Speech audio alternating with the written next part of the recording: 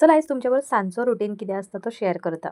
सांजचो routine share कित्याक करता आयज बिकॉज न्हावलें बरें फ्रेश जालें आनी हो जो ग्लो म्हाजो तुमकां दिसता न्हू तो कित्याक लागून दाखयता. हें सगळें राटावळी हांगा आसता म्हणून.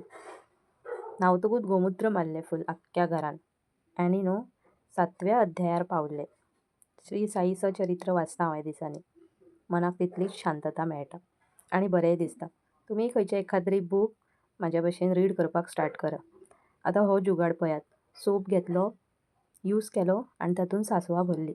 आयज तुमकां दाखयता ग्रॅज्युएट शिकलेली चेडवां भाकरे कशे भाजता. गरम गरम पाणी उकळपाचें, तातूंत घालपाचें, मिक्स करून थंड जावपाक दवरपाचें.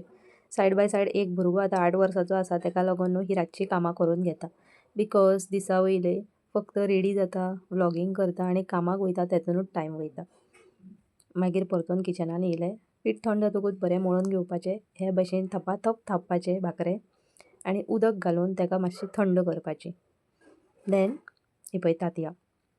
आतां तांतयां कित्याक तर तोंडाक कितें तरी जाय आनी मागीर हें सगळें टायमपास करून फुगलेली भाकरी पळोवन मनाक जो समाधान मेळटा न्हू ताका लागून तुमची आनी नजर लागोंक जायना म्हणून नजर काडया.